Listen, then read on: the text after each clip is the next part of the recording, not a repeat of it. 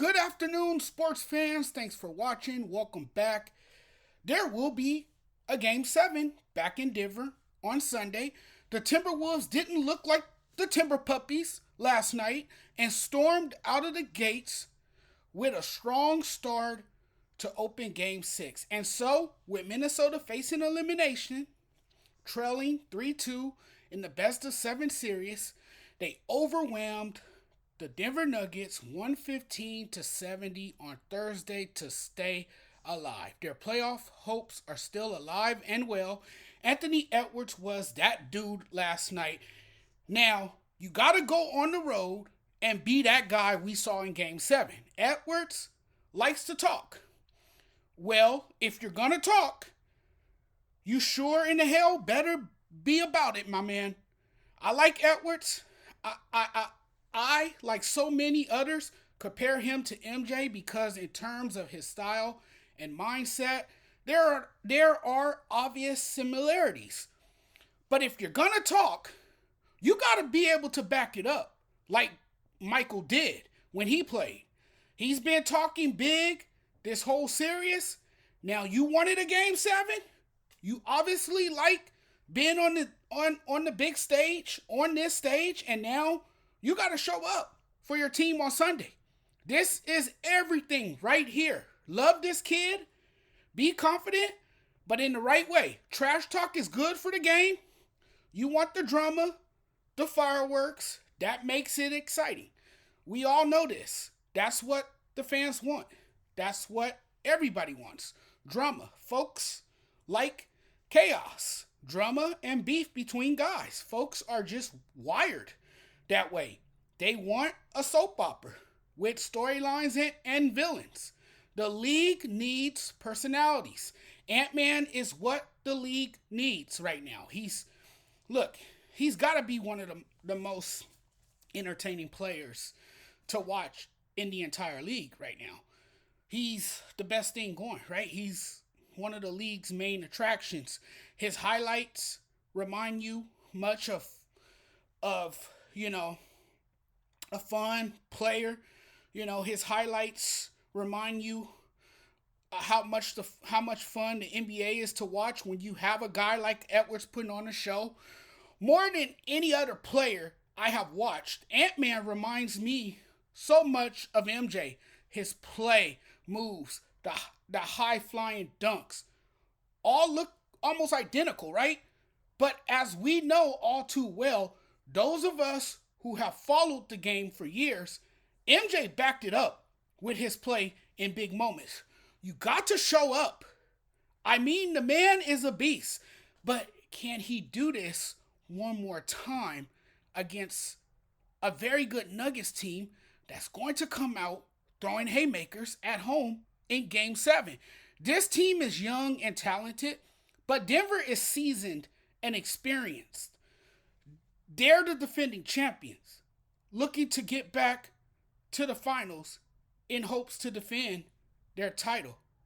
Can the T-Wolves ruin their title plans? I don't know. This series has been a roller coaster. It feels like riding one of those thrilling rides you try at Magic Mountain or Knott's Berry Farm. What a beatdown that was last night.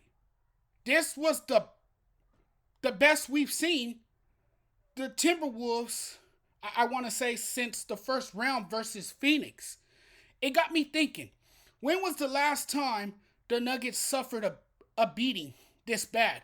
When was the last time we saw the world's best player and this much talent on the floor get smacked this bad? By 45 points? For them to be the defending champions and to get beat like that, that's beyond embarrassing.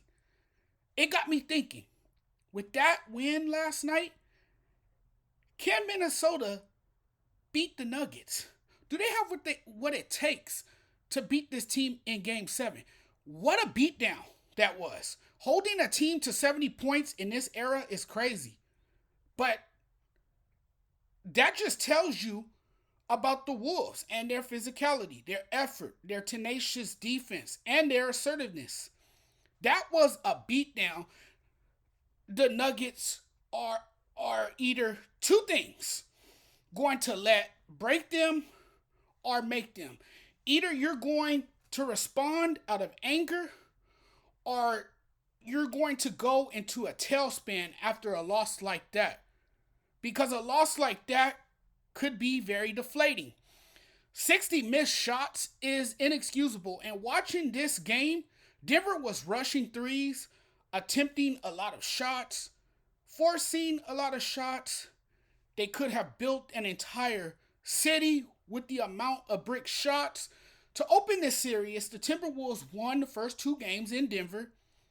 And you had people saying the Nuggets would get swept after Minnesota took a commanding 2-0 lead. You had a lot of people saying the Nuggets would get swept, after Minnesota took a 2-0 commanding lead early in the series. This series is wild, maybe the wildest I've ever seen. I love it. The unpredictability, the suspense, the drama, the back and forth battle between both teams.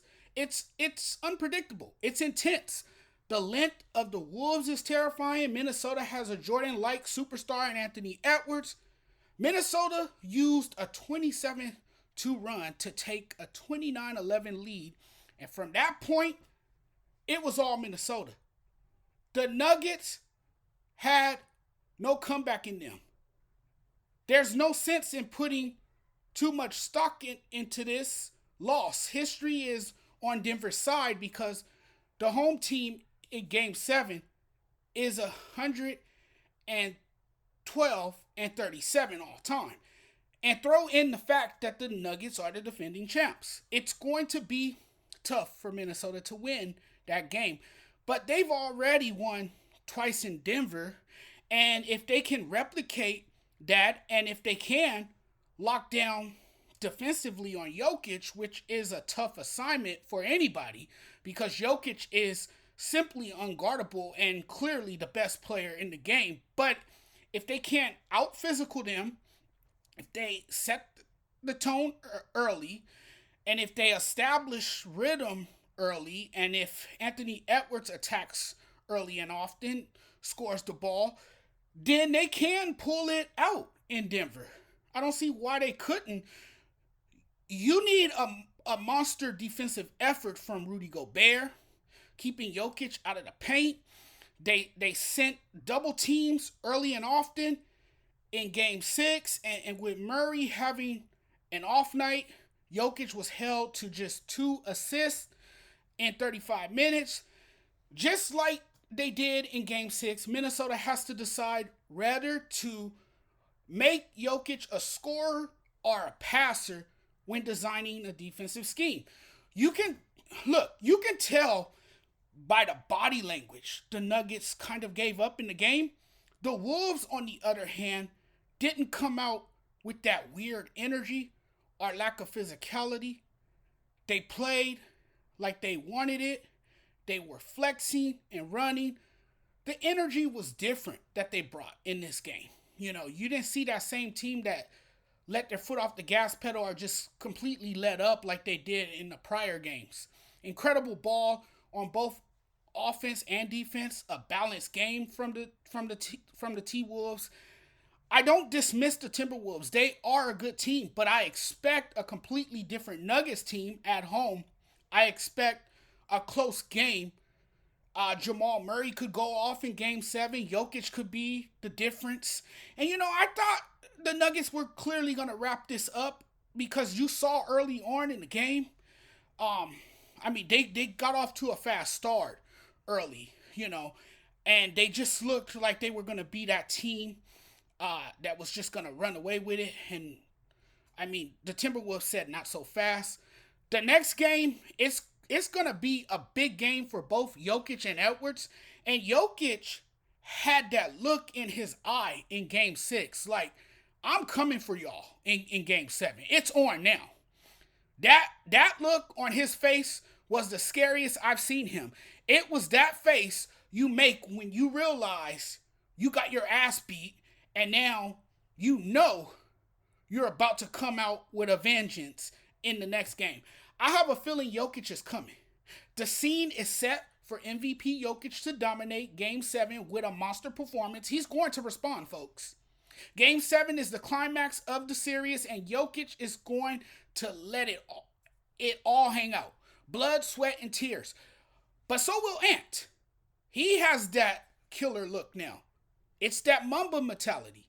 He wants this to be his time. He wants to shine. But don't count out the Nuggets. Honestly, Game 7 is anybody's, and it can go either way. Game 7 on Sunday, get your popcorn ready, go to the fridge, and get your bottle of Coke and pour you a tall glass of Coke, because let me tell you something, it's going to be epic on Sunday. It's anybody's game now. Thanks for watching, everyone. Really appreciate the love and support. Thanks for checking out my channel, as always. And be sure, before I get out of here, to hit the subscribe button for me. Subscribe to the channel so you guys can keep up with upcoming content and be alert at all times when something new pops up on my channel. Thank you guys so much. I'm getting out of here now. Take care. Peace.